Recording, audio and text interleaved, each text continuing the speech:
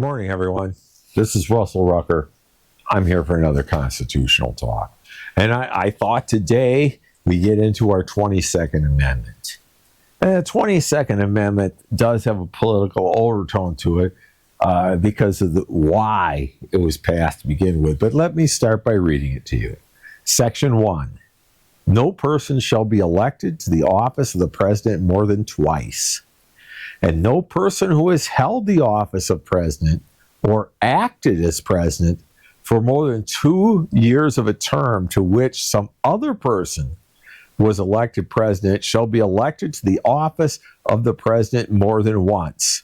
But this article shall not apply to any person holding the office of president when this article was proposed by the Congress, and shall not prevent any person who may be holding the office of president or acting as president during the term within which the article becomes operative from holding the office of president or acting as president during the remainder of such term.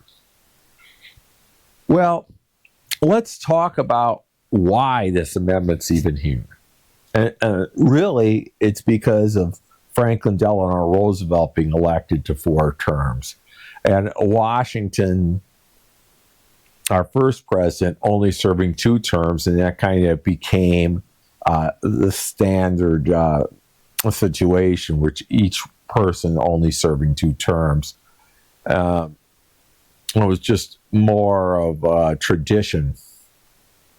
But when the Democrats shut out the Republicans for 4 consecutive terms, they decided they were going to do something about it and create term limits. Now, today, there's a big move for term limits in the Congress and the Senate, but this is a presidential term limit. So it did not qualify to those holding office at the time of its passage. But going forward, it only allowed a president to serve 2 terms.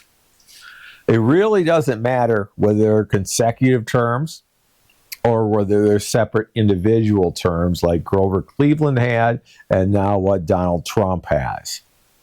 Those still are only 2 terms. No person shall be elected twice. And I have heard it said, well, they're going to make it so it's consecutive terms. But that's not what it says.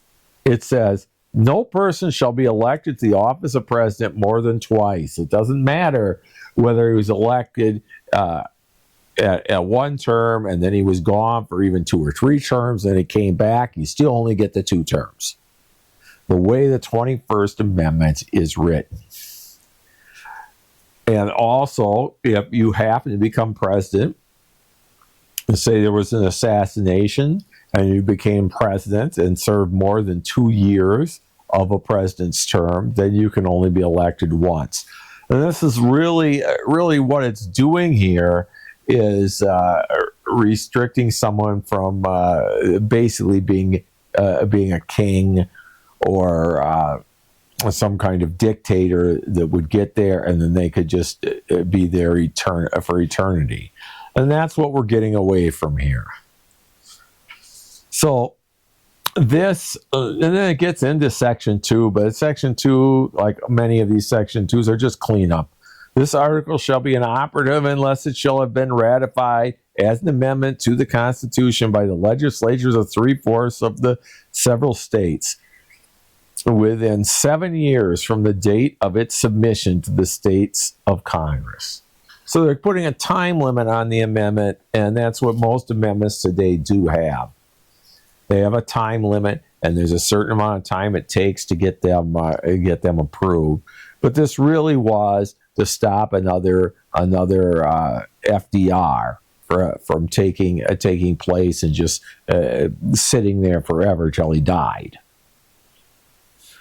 So this is an important amendment because it restricts the president of the United States from serving. Where we actually have some governorships where they're only allowed to serve 1 term.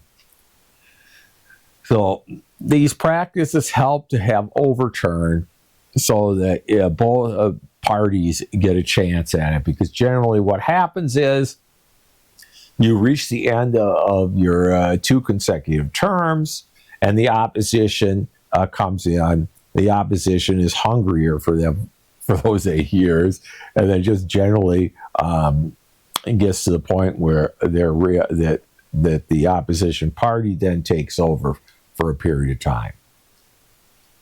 But that's really your 22nd Amendment.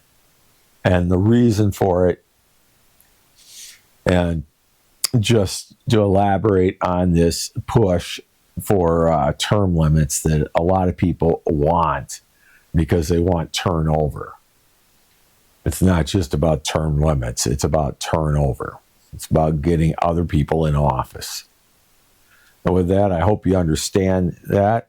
And we'll catch you next time on the next Constitutional Talk. Have a good day for now. Bye.